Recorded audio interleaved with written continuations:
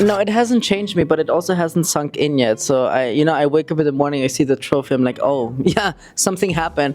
But I think it takes a while to realize that you're the winner of Eurovision, and it's a great honor that that my art form was accepted for how it was. This was the music that I've always wanted to do. So for me, it was always sure that I wanted to go this way.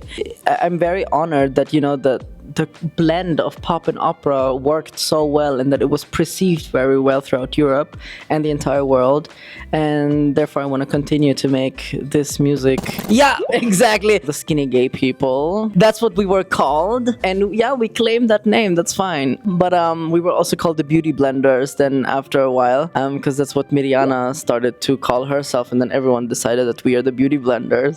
Yeah, it's very important because it shows that there's still a lot of acceptance in Europe, and that we should continue to fight for the rights that we have, and to fight for even more rights and more acceptance, because at the end of the day we're all humans, we all have we're all the same people, so we should just love each other and treat each other with respect.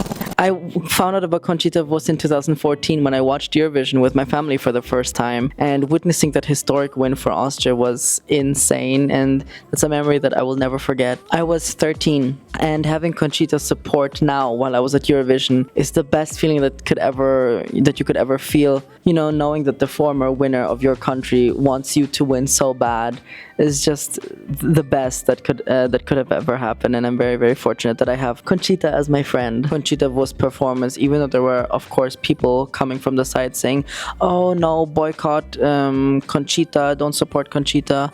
But of course, through this win, there was a huge change. People had more acceptance for the queer community, and also for all the drag artists out there. Mostly pop stars, yeah. So I listened a lot to Kelly Clarkson, Avril Lavigne, Ariana Grande, Mariah Carey, and then like 2 opera divas. So Maria Callas and Montserrat Caballé were huge inspirations too. Because I was just fascinated by the high singing voice. That's why I really enjoyed mostly sopranos. Yeah, it was always a dream of mine to be a pop star, because I grew up watching Hannah Montana with my sister, so that was already like, okay, I want to have the same thing like her, be a pop star. Having my first TV appearances, and I would say those experiences also helped me so much going through Eurovision, because they have a similar structure when it comes to rehearsals, sound checks, and being on stage and off stage. I'm very, very glad that I got to do those so that I could be well prepared for Eurovision. Yeah, this person knew about it and was supportive and saying congratulations, sorry that you had to go through this situation, but glad that you found inspiration to make music about this. No, it didn't feel like a revenge, it felt like more like a therapeutic session. Yeah, my message is to be proud of who you are.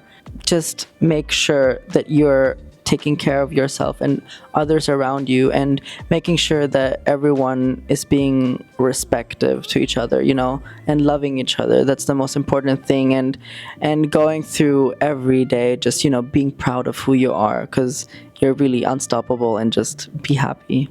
Hi to everyone at Shangay, JJ here, and I wish you a happy Pride Month, and be proud of who you are.